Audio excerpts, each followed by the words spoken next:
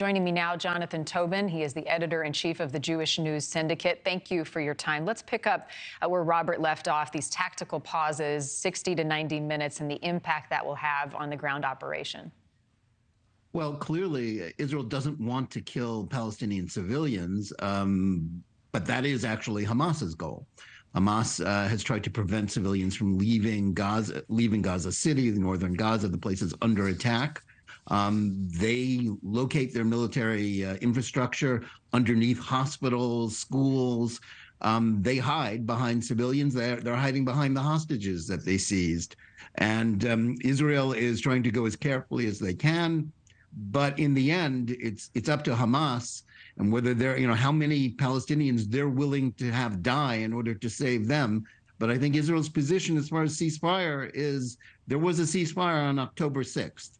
Hamas violated it. Hamas showed that it couldn't be trusted. Hamas showed that the hopes of Israelis that there could be, a sort of a modus vivendi between Israel and a Hamas-run Palestinian state in all but name in Gaza, that can't go on. That we can't go back to that. That's just a formula for more terrorism and more suffering and more slaughter, such as the worst mass slaughter of Jews since the Holocaust. So Hamas is doomed in Gaza. It's just a question of how many Palestinians they're willing to take with them before they meet their fate. In your latest column, you write that the former President Obama's moral equivalence between Hamas and Israel encourages hate. The former president's belief that both sides are wrong isn't complexity. It's a moral and a reminder that his appeasement of Iran means that there is Jewish blood on his hands. We have a clip of some of his comments on the Pod Save America podcast. I want to play that for folks at home, and then I know you'll have a reaction to it. You have to take in the whole truth. And you then have to admit nobody's hands are clean, that all of us are complicit to some degree. How do you interpret, Jonathan, what he's saying? Listen, all of us are not complicit in the crimes of Hamas. Not even all Palestinians are complicit in the crimes of Hamas, although Hamas has much broader support than I think the Biden administration has been willing to admit. One person who is complicit in what has happened is Barack Obama. It was his policy of appeasement of Iran through the nuclear deal in 2015, which would have done nothing to stop an Iranian nuclear bomb. It just put it off.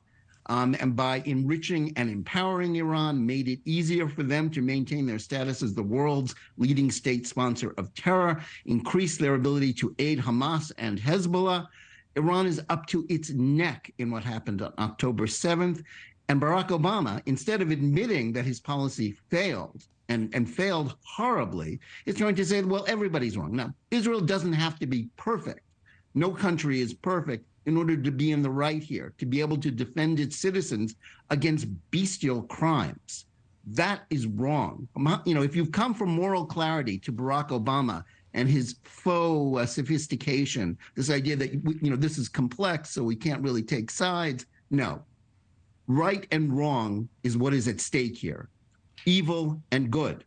Hamas is evil. It must be destroyed the same way their predecessors in their eliminationist ideology with regard to the Jews, because Hamas's goals, remember, it's not a two-state solution. It's not to adjust Israel's policies or its borders.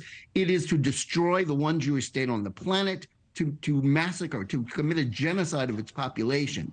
If you can't draw moral clarity about that, and Barack Obama clearly cannot, because of his long simmering hostility to Israel and its government, then you should just be quiet and admit that you were wrong.